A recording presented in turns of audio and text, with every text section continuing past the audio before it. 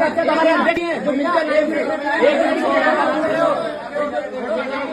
बोलो ना, पवन सिंह आपके लिए अच्छा करता है, इसे करेगा समाज कभी तुम्हारे लिए।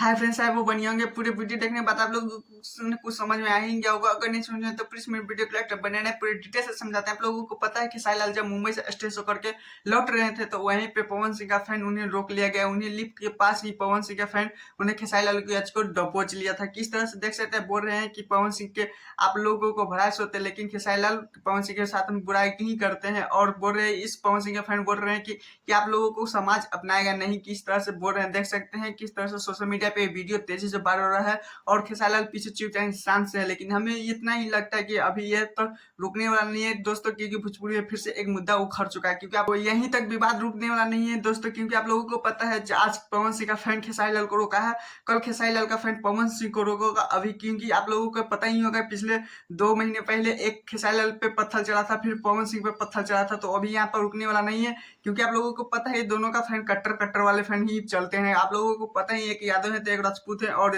ये जातिवाद तो पहले साइड में कर देते हैं। कट्टर वाले फैन भी आप लोगों के हैं कि नहीं, प्लीज कमेंट जरूर बताएगा।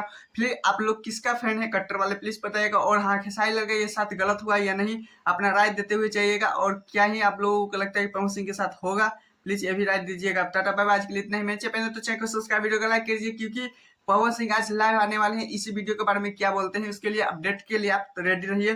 ठीक है, टाटा बाय बाय।